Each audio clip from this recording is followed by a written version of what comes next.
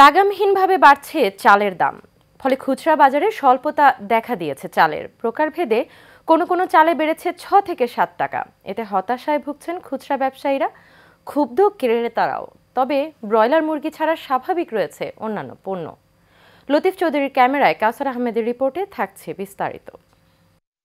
দৃশ্য আর দেখি নেই, সবচেয়ে বড় কথা বাড়ছে, ঠিক আছে ৫০ টাকা ২০ টাকা করে বাড়ছে, বাড়তে একটু সময় লাগছে।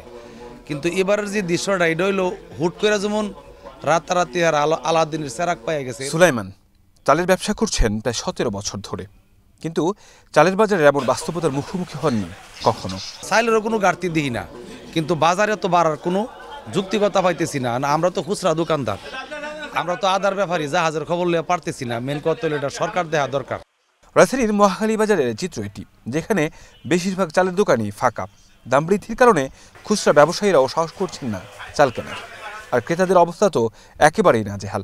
মালের দাম কমতে কমতে আশা করি এই মাল আমরা আনি না। চালের দাম প্রতিদিনই বাড়তে থাকে, এখন ১ মাস যাবত খালি বাড়তে আছে। পার কেজিতে ৮ থেকে ১০ টাকা বাইরে গেছে প্রতি কেজিতে। এই সিজনে কিন্তু চাল বাড়ার কথা না, আমরা সবসময় একটু কমের মধ্যেই কিনি। কিন্তু এখন তো দেখতেছি, আমি কিছুদিন আগে চাল কিনলাম ২০০ টাকা অতিরিক্ত ২৫ কেজির মধ্যে। হতাশার কোনো শেষ নেই, এবং আমরা মনে করেন যে আমরা আশা করছিলাম যে এখন সরকারই কী করবে, এটা তো মনে হয় একটা সিন্ডিকেটের উপরে নির্ভর করতে আছে। এদিকে ব্রয়লার মুরগি ছাড়া অন্যান্য পণ্যের দাম না বাড়লেও ভোজ্য তেলের সরবরাহ কম বলে জানান বিক্রেতারা। বলছেন সংকট দেখিয়ে দাম বাড়ানোর পায়তারা করছে একটি সিন্ডিকেট। তেল দিচ্ছে না কোম্পানিরা, তেল দাম বাড়বে বলে তেল আটকে ফেলতে, তেল দিতেছে না। কেনা বেশি বিক্রি বেশি, কথা বুঝছেন?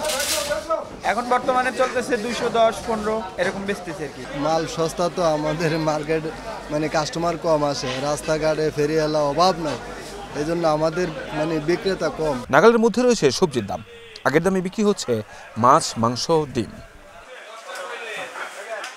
কাউসার আহমেদ, এশিয়ান টেলিভিশন, ঢাকা।